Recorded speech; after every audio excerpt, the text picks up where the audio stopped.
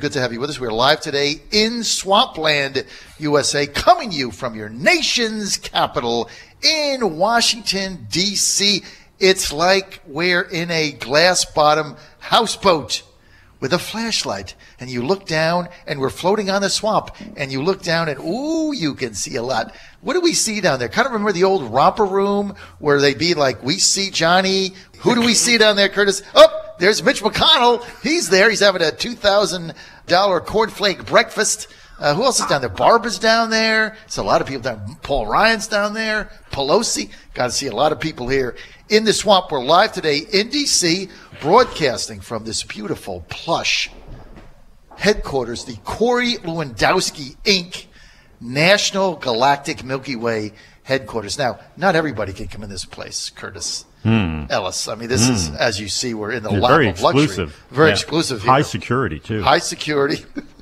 Buzz we're through in the three spinal doors. cord of the spinal cord, the nerve center. We're in this nerve center. That's right. We're in the nerve center. Anti-swamp. This is the anti-swamp. This is the anti-swamp. Yes, in right. the swamp.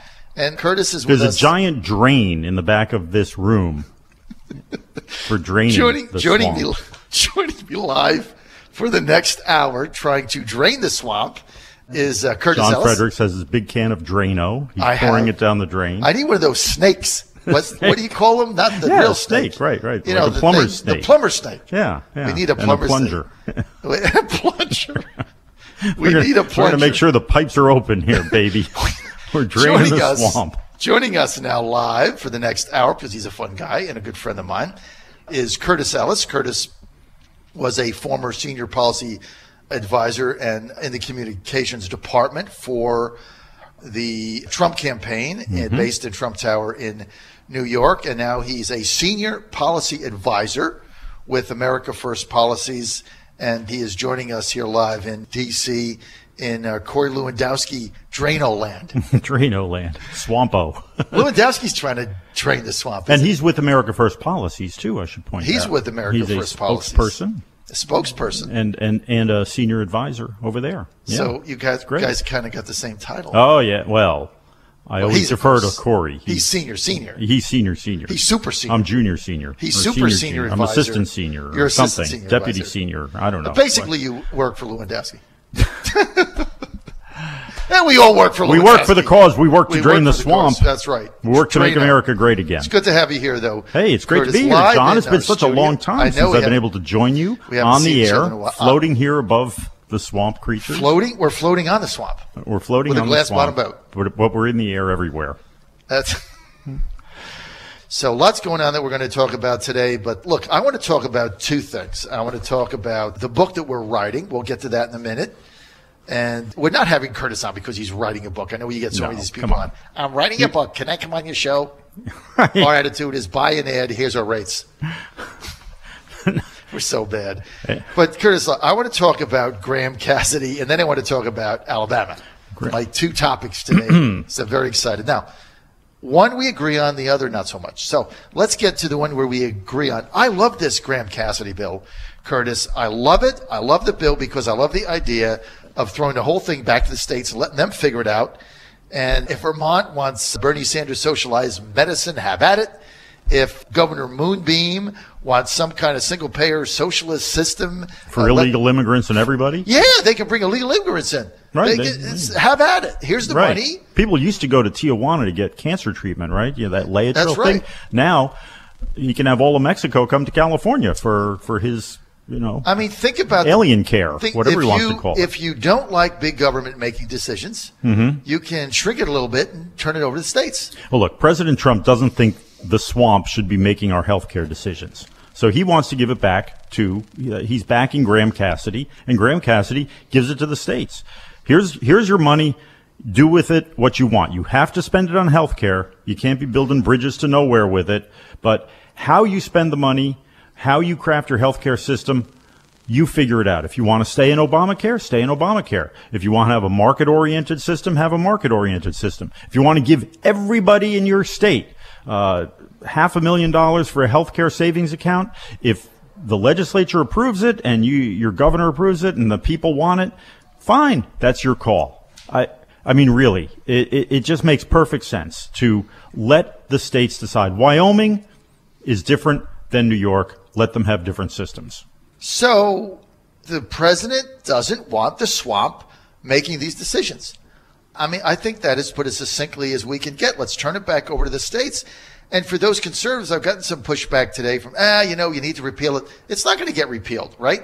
You have until September 30th, and then we're stuck with it for life. At least what this does is it brings the decision-making closer to the patient. Right. Right?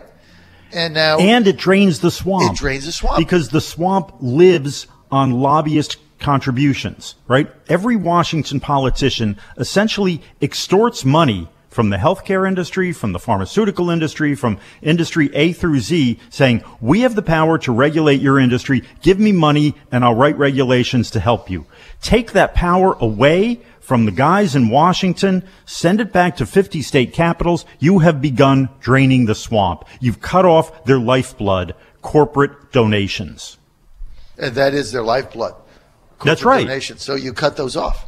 Yeah, right? you've taken the blood away from the vampire. That's why I love this bill. And the other thing that I really like about giving it back to the states is that then, and I don't say this with any cynicism, I say it with honesty and integrity, a lot of states can be very creative. I think you're going to see so many different things that state legislators, general assemblies, and governors come up with. Plus, it'll be part of every gubernatorial campaign. It'll be part of every House of Delegates campaign, state Senate campaign. Right. What are you going to do? You'll have a robust debate in every state. In every state about what they're going to do. And then the people can decide. And if they don't like their coverage, or if they don't like what's been done, it's easier to vote these people out than vote out people in Congress that are getting, $100 million to get reelected by the lobbyists. That's right. Washington... The flip side of that coin, Washington has taken so much power, so much decision-making power. It's turned the states and the state legislatures into like romper room. They don't do anything. They don't have any power anymore, so they don't do anything. And this gives power back to the states. It makes them important again. And as you say, they can do what the founders envisioned, be laboratories of democracy, come up with new solutions tailored to their individual needs. Look, Wyoming is not the same as New York. Thank goodness. It's not the same as Colorado. It's not the same. Each state is different. They've got different demographics, different needs, and their state legislators should be making more decisions. Right now, Washington says, do it this way or we're going to cut off your money. What Graham Cassidy does is says, here's your money, do it your way. It's like Burger King. It's the Burger King of healthcare. Have it your way. Have it your way. The Burger King of healthcare. I like that. It's going to be a Whopper, I'll tell you. It's going to be the Burger King of healthcare. Very good. I like that. Curtis, you're on the John Fredericks Radio Network live in the swamp in Washington, D.C. at Corey Lewandowski Galactic Milky Way headquarters. That was a mosquito in the swamp. I just killed it. You got rid of that mosquito. And we're with Curtis Ellis. And Curtis is a senior policy advisor for the America First Policy. America First Look, Policy. there's Corey. He just walked by. Corey Lewandowski just came in. Corey's in the house. He's a senior advisor for the America First Policies. He's also their spokesperson. He's also the exalted Grand Master. He's the exalted Grand Master. Plus, he owns the America place. First Policies, right? Plus, he owns the place. Yeah. Plus, Ryan bought the coffee today. Oh. So thank you, Ryan. Right. Right, for the Great. coffee. Ryan, thank you, Ryan. Thanks, Ryan, for the coffee. Thank you. Okay. You also sprayed DDT around to kill most of the mosquitoes here in the swamp. Yes, yeah. well, because we're right over the swamp. Yeah. And so, look, I love this bill because, as you said, I mean, it gets the decisions down to the state level, and states can be very creative, Curtis. States can be very creative in coming up with different opportunities. Plus, we had a Rand Paul clip earlier, and he was whining and complaining about buying it across state lines and having consortiums. There's nothing is stopping Virginia, Maryland, Delaware, West Virginia, North Carolina, any contiguous state from getting together. All the 5 governors, 6 governors get together and say, look, we're going to have one big co-op. That's right. Nothing is stopping They don't even them. have to be contiguous. I mean, they could do an interstate compact. Right. And they could say, and look, on top of Graham Cassidy, Rand could introduce his bill that allows insurance to be sold across state lines. These are not mutually exclusive. I mean, so I respect Rand Paul, and I respect him also. If he wants to have insurance to be sold across state lines, great, have at it. Well, that doesn't mean you don't do this. Look, Donald Trump does not trust the swamp to fix health care. He's willing to give this responsibility to empower the governors and the state legislators to fix Obamacare one state at a time. Boom. And he doesn't care if they're Democrats or Republicans. He just wants results. He doesn't care. That's all. Right. And that's good. That's what people elected him to do. Right, Everybody, I love the media in the last couple of weeks has said, oh, my gosh, Donald Trump's not a Republican. He's more of an independent. Yeah, that's what people. Kidding. No That's kidding. right. You just figured that out? Yeah. Geniuses. You guys are geniuses. Hello. Besides, Republicans have lied to you for the last 30 years. They go back in your district. They lie to you. So, I mean, people say, oh, you don't support the Republican Party, John Fredericks. You're not a good Republican. We're going to spank you. They've been lying to you for 30 years, right?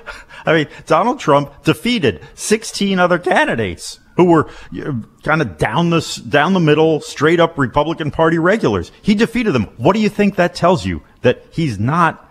People want something different. They wanted somebody who's going to get results, not just go down some list of this is what it means to be politically correct. They want to get results, and that's what President Trump They want to get wants. results, and that's the bottom line. By the way, this is Ryan. Ryan, thanks for getting us the coffee. We appreciate it. Thank you very much. Thank you very much. Now, here's Waverly Woods just texted in, and first she says, nice plug for Shaq. Certainly, Waverly.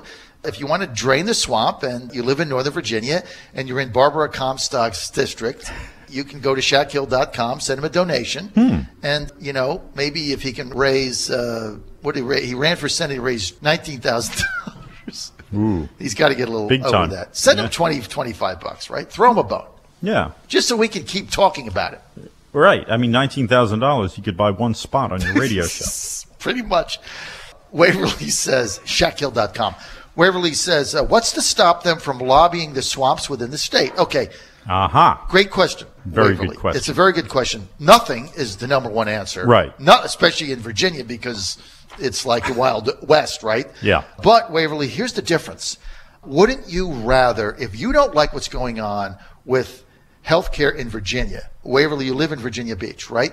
Wouldn't you rather call up Rocky Holcomb, okay, or your state senator Bill DeSteff? Wouldn't you rather call them than trying to get through to Scott Taylor in Washington or to Mark Warner, right? You could call them right there. And if you don't like what's going on, there's a better chance of voting them out than you would ever have of voting out federal incumbents who raise $100 million to get reelected. So there's nothing that's stopping them, but the accountability is so much more intense. Plus, you've got all the watchdog groups and everything else. You're bringing the decision closer to the patients, closer to the people. You know, it's kind of like why I always get involved and try to cover school board races, right? Nobody cares about them, but the whole objective of the school board is to get decisions for the students as close to the student and the parents as you can. That's why we have a school board. Right. Right? Right. And people don't get involved in it. They don't care about it. They're in May or something. But they're important. I think this is kind of the same And that's thing. a good example with the school boards because now they talk about federal takeover of education, right, with the Department of Education and Common Core and this and that, where you're going to have some bureaucrats in Washington writing the curriculum, telling your kindergarten teacher that they've got to read My Name is Jazz or something, or telling them what the curriculum is. That's not the way it should be. And now the decisions for healthcare are made by some faceless bureaucrats sitting on 2nd Street and Independence Avenue at the Department of HHS. You can't even find them. I'll bet that Congressman Taylor can't even find them. He can't even find the people that are writing the regulations for Obamacare. Well, the congressmen don't write any of the bills. They don't write the bills. They're all written by the lobbyists that. And then the and they just give broad guidelines, and then you've got an army of bureaucrats writing the regulations that actually dictate the system. Curtis, it's so corrupt. It's unbelievable. This is from Scott of Virginia Beach, who says Graham Cassidy allows the states to compete for residents. Conservatives 101. I never thought of that, but it does. Well, right. If you don't like the healthcare system in get North the hell out of Carolina, the state. leave the state. If you don't like Right. Virginia, get out. You can go to California or Vermont or North Carolina. You can get out. I love that, Scott. I never thought. Let's jot that down. Compete for residents. Mm-hmm. All right, Scott. You just gave us something to put in our new op-ed coming out. Let's compete. States compete for residents. That's right. Very good. Scott, Like, welcome to North Carolina. Have it your way. have it your way. This is the Burger King of healthcare. Right. Have it your way. Do we have the best listeners, Curtis, in America? You do, smartest. The best listeners. Well, That's why Don Lemon has me on the show. He's like, John, I love you like a brother and all, but I really have you on because I love your listeners. uh-huh. Right? They're Well, they very educate smart. you every day. Every That's day. why you're so smart. Every day. Because They're the they're best. sending you these Because they're ideas. going to work. They're working people. They're working people. That's right. Yeah. They're not They're working swamp people. creatures. They're not swamp creatures. Okay, this is from Johnny Jaggers in Nova. Nova. Nova, you know what Nova is, right? I Well, know you're in from Spanish, New York. it means no go. No You're va. from New York Don't City. go. Get Nova out of here. is Northern Virginia. Right, It took me a while right. to figure that out. Nova. Nova. It's a Chevy. It's a Chevy. John Jaggers also worked for the Trump campaign, and he was the director of Maryland. He worked for Rubino. Yay. Rubino didn't fire him either. Good. And he worked for Rubino. Should he have? No, good. John's Okay. a good guy. Okay. Now he's working for my good friend Jill Vogel. Mm-hmm. By the way, Jill Vogel for state senate. She is going to win. She's going to lead the ticket. So John Jaggers says, and by the way, Jill Vogel, good hire. John Jaggers, smart lady. Jill Vogel, smart. Another reason Smart to vote cookie. for her, huh? Absolutely. John Jaggers says, FYI, if you block grant the states, the hardest fraud to beat is the state fraud. Ooh. I never thought about that. The feds have I don't know anything about that living in New York. the feds. The feds will have Where the head of the state assembly, the head of the state senate, they are in jail. He says swamp peeps are going to be swamp creatures. I love that, John. Swamp peeps. Swamp peeps. I got to write that. That's the So second what thing. is he saying? There's going to be, we got swamp creatures in Washington, and we're going to have swamp peeps in the state capital. That's what he said. We have swamp peeps. Well, Swamp maybe you peeps look at it versus like swamp this. creatures. It's like, why should Washington get all the money from the swampy lobbyists? Let's spread that money around to 50 state capitals. They can start breeding a swamp. We can have malaria in Cheyenne, Wyoming. So we go to Waverly Woods' text earlier. What's to stop everybody from lobbying the Virginia state people? Because we can go from swamp creatures to swamp peeps. Right. Well, in all seriousness, those are valid questions, but Yes. I think that's another example of what happens when the federal government has so weakened the state legislators and the state lawmaking powers and narrowed the scope of what they can make laws around, that they've just turned into these self-enrichment schemes in the state capitals. If you invest them with power, people will start taking them seriously again and holding them accountable.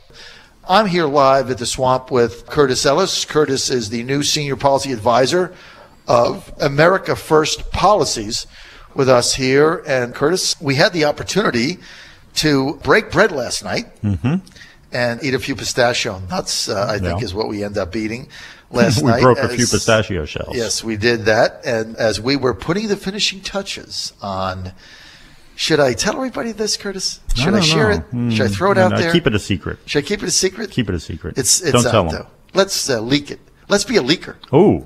Let's be a leaker like there are Reince. there are no leaks in the swamp. Let's do a Reince leak right now. What kind of leak? We'll tease it out there. That doesn't sound good. That doesn't sound good at Let's all, be a John. leaker. Don't be a leaker. I'm going to leak it. Okay, so last night we were putting the finishing touches on kind of the outline of the new book that we're writing. Yeah. Okay. Well, since you let the cat That's out of the bag. It's out of the bag. Yeah, it's out of the bag. We put the finishing touches on a book. Now, this book, This is not like any book. it's not like any book. This book is different than all other books. Very different.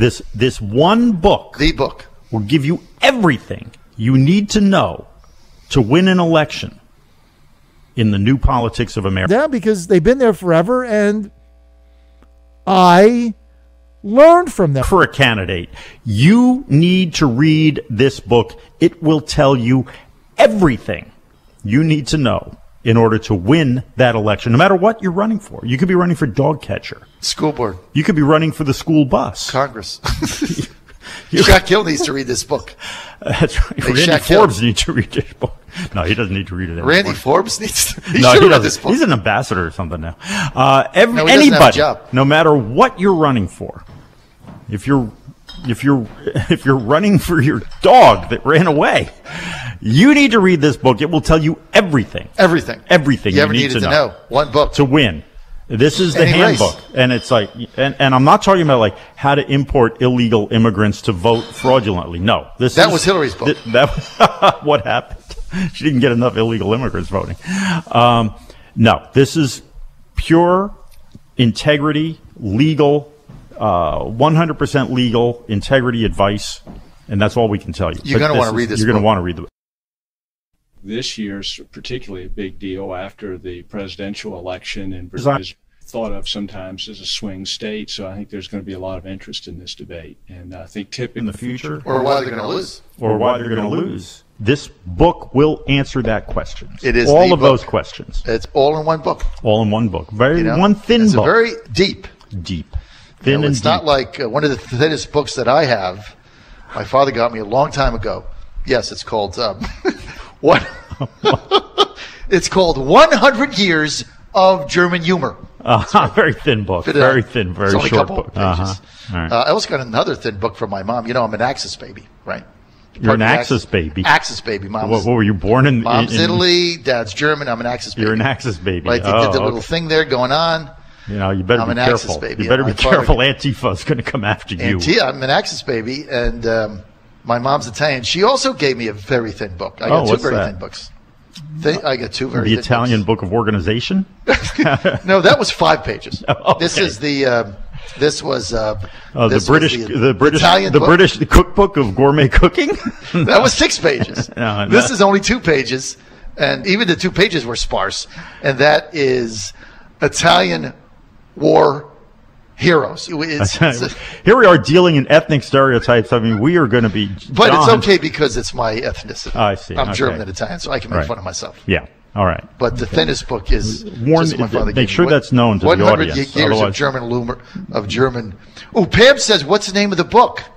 We don't. We can't reveal that. We can't reveal that, Pam. That's top secret. That is top secret. We're not leaking that. Otherwise, someone will steal it here in the Yes. swamp. Somebody will. Yes, One of one of the those- swamp. Don't want to steal it. The old general, that giant catfish I see through the glass bottom boat, it'll eat it.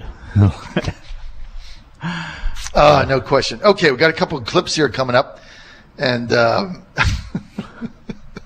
Look at the we whiskers can't on give you that the catfish. title. My We God. do have a title. Have you though. seen whiskers like that? That's like, it's worse than Ty Cobb's whiskers. Luther Strange is down there. I saw him floating by. Okay, let's moving on here very quickly. Mike, let's get to some real news here on the John Fredericks Radio Network. Not fake news. Not fake news. I'm your whack-a-mole of fake news here on the John Fredericks Show. Let's get to You only deal in real news. real news, baby. That's right. No fake news here. At an Air Force anniversary event, Defense Secretary Mattis, another one of Trump's generals, that should be a book. All right, we got our sequel. What's the, I what's just the thought of it. sequel now? Trump's Generals. Trump's generals. That's the book. Yeah. That's a new book. Right. We got plenty of work done. I'm jotting that down. Remember, because I read a book called Lincoln's Generals. Right. Excellent book. Yeah. Yeah. And he fired them all. And then Right, McClellan. He fired them. Then McClellan ran against him for president after he fired his butt. Yeah. Trump's Generals. Trump loves the generals. He loved Mattis. Well, you know, he went to military school McMaster when of he this was guy's high school or in something. Hudson. Yeah. Hudson County. Actually played baseball. He played first base. And he was scouted by the Yankees. Really? Yes, and they did talk to him about a minor league contract, in those days, like, $200,000 a month. Right. And he actually considered it. Huh. He was people don't know this, he was a very good ball player and a great bowler. Okay. He plays golf now, but he was a championship caliber bowler for school.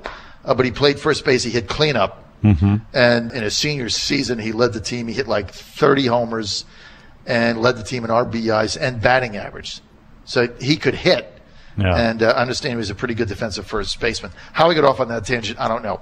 Defense Secretary Mattis said a diplomatic approach at North Korea is still a priority, but he says we must recognize the somber reality that military options must be available in order to protect our allies and ourselves. The international community is aligned on this. How many times have you seen China, Russia, France, the United States, I can go on, United Kingdom, all voting in a unified position in the UN Security Council? That gives you an idea of the degree of international concern and the alignment of the international interests to stop the provocations, to stop the nuclear program there in North Korea. We continue to press on the diplomatic level, and that includes economic sanctions, of course. But at this time, we must also recognize the somber reality that military options must be available in order to protect our allies and ourselves. So military options, obviously, Curtis, they have to be available, right? I mean, right. You can't say, well, there's not going to be. So they have to be available. But it was interesting, and I talked to this about Dr. Schur earlier, Jim Gilmore on my show yesterday, former governor of Virginia, chairman of the 9/11 Commission, said that China is basically the stalking horse behind North Korea, that they're pulling the strings, and certainly they're not going to negotiate it's like negotiating with themselves. So I thought that was interesting. But, I mean, look, Mattis, we do have to have a military option, and it's not going to be a conventional war. It's going to involve nuclear arms, because the issue is 250,000 South Koreans will die in about 9 hours. Yeah. Because right. of the conventional weapons that North Korea has lined up just over the DMZ zone. Right. I mean, it's millions and millions of bombs they're going to rain down. They'll turn Seoul basically into an oven, into an incendiary, like the Allies did with the Germans in Hamburg. There goes our trade deficit with South Korea. Yes, well, that would be the end of that. There goes everything with South Korea. You know, one of the things about North Korea that most people maybe don't appreciate, one of North Korea's biggest exports is slave labor. They send their workers around the world to work, and then the money gets sent to Kim Jong-un. The money goes back to Rocket Man for these millions of people that are sent to work in various industries in various countries around the world. Now, the United States has a prohibition against importing goods made with slave labor. If we were to enforce that law against North Korea, we would be cutting off not only cutting off a major source of money for North Korea, but we would be enlisting allies around the world in the battle, because these North Koreans are working in other countries that say they are American allies. They would suddenly be unable to sell those goods in our country, and you'd see them step up real fast and start slapping Rocket Man and say, "Get in line! You're killing our country here." Well, the level of sanctions that we have the ability to impose against the North Koreans are much greater than we're doing now. That's right. And the president knows that. But I think I agree with Jim Gilmore. I think, trying to have this China card with North Korea that we're playing is really ridiculous, because the card turns out to be a joker. Yeah, it's a joker. They've been stringing us along on this one for every administration since Bill Clinton, if not before. China says, well, we'll help. Be nice to us, we'll help. They do nothing. And then they don't do anything. Except buy our stuff wait. And dump steel and dump aluminum to put our steel industry out of business is what they've been doing, because they dump steel in the United States. They subsidize it because it's a communist regime. Mm-hmm. So the Chi-Com, so everybody knows, they subsidize the production of steel in their own country. And aluminum. So they subsidize it. So they're producing it under market cost, right, even with their cheap labor. They even produce it under that because the Chi-Com government subsidizes it. Then they put it on ships. They dump it in the U.S. U.S. steelmakers can't compete with it because, one, they're paying $1 an hour in a rice ball instead of a steel worker's wages. That's right. Number two. And then it's being subsidized by the Chi-Com government. Then they dump it in the U.S. U.S. steel and aluminum companies can't possibly compete. So manufacturers are buying the Chinese steel and aluminum. You can't blame them because it's cheaper. Right. This is putting our steel industry out of business. That's right. And the Chi-Com's objective is to put us out of business. So then we have to buy our steel as a country from the Chi-Coms. Mm-hmm. And yet we stand there like stupid country. We let the steel come in and the aluminum come in the docks. No tariff, no import fee, nothing. Just comes in. puts it on trucks, ships it out, and our steel industry goes under. It's only insane leaders would let this happen. That's right. And then you've got these academic know-nothings, these high IQ morons from these academic think tanks and schools saying, well, this is the market at work. That's not the market. That's not the free market. No, it's the Chinese subsidizing and dumping steel to put our steel industry out of business. When John D. Rockefeller did that at the turn of the last century, he underpriced his oil to drive the competitors out of business. Then he grabbed the market share and he jacked the price up, and everybody had to buy from him. Exactly. It was made illegal. But on the international stage, it's called, that's the free market at work. Excuse me, that is not the free market at work. Why don't we have a tariff and an import fee right now that Congress passes on China's steel and aluminum dumping, because this is like the no-brainer of all time. So why wouldn't you do that? Let me tell you why. Because the manufacturer lobbyists, in Washington that run around the Capitol in $10,000 Baroni and Armani suits and $20,000 Rolex watches. You see them in there. I see them every day, right? They drive up in their BMWs. These guys are giving donations to congressmen from manufacturers that are buying the cheap steel, that don't want the tariff. They don't care about our steel industry, because in 2018, if they can continue to buy under market price cheap steel and aluminum from China, they can get a bigger bonus, a bigger stock option, a bigger something. They get more money. They're not paying American workers for this steel, so they get the lobbyists. This is the way the swamp works. And who gets screwed? Who gets screwed? Working people every day. Yeah, the people that work in the steel mills. These lobbyists don't care about the steel industry because their Brioni suits aren't made out of steel. That's right. It's unbelievable we should make them wear Brioni suits made out of steel, then they care about the American steel industry. I tell my friends all the time, all you have to do is come in this town and come here for about 2 weeks, and I come here 2 weeks a month, and you just stay here the whole week, and you just involve yourself in it, and you come to realize what a corrupt system we have. That's right. The system is just corrupt, and it really, I don't know how you're going to change it. I know that the president is trying, but it is so big and there's so much money, because that is exactly what's happened. I mean, Trump called this out during the campaign. We're 8 months into it. There's no tariff. The tariff's got to get passed by Congress. They're not going to pass it. They'll stall. They'll bottle it up. Well, Ryan will put it in the Rules Committee, and then they'll say it's in the wrong amendment, just like they do with AOMF. They want that to go so the war machine keeps pumping out money that goes back to their campaign coffers. There's a lot of stuff that's so built into the government, into the system that's been constructed over 70 years, even longer, going back to the New Deal when a lot of these agencies and regulatory agencies got set up. There is so much built into it that needs to be ripped out. It's going to take years.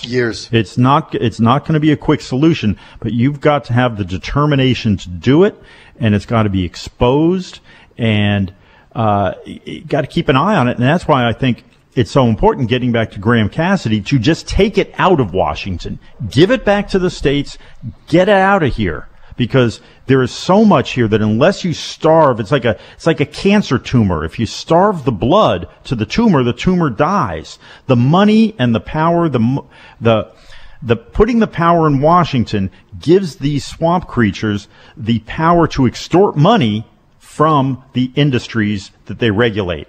Now, you talk about tariffs, now that has to be in Washington because it's in the Constitution that Congress regulates foreign trade. But Congress should not be turning that over to a unelected bureaucrat, which is often what happens with so many of these things. Well, here it is. They're still dumping the steel. Right. I mean, they're laughing at us. They're still dumping the steel and aluminum, and there's not even a bill in Congress. There's not even a bill. You can't find me one bill that says we're going to put a tariff on. Well, Wilbur Ross and the Commerce Department are looking into investigating the level of dumping and subsidies for the Chinese steel.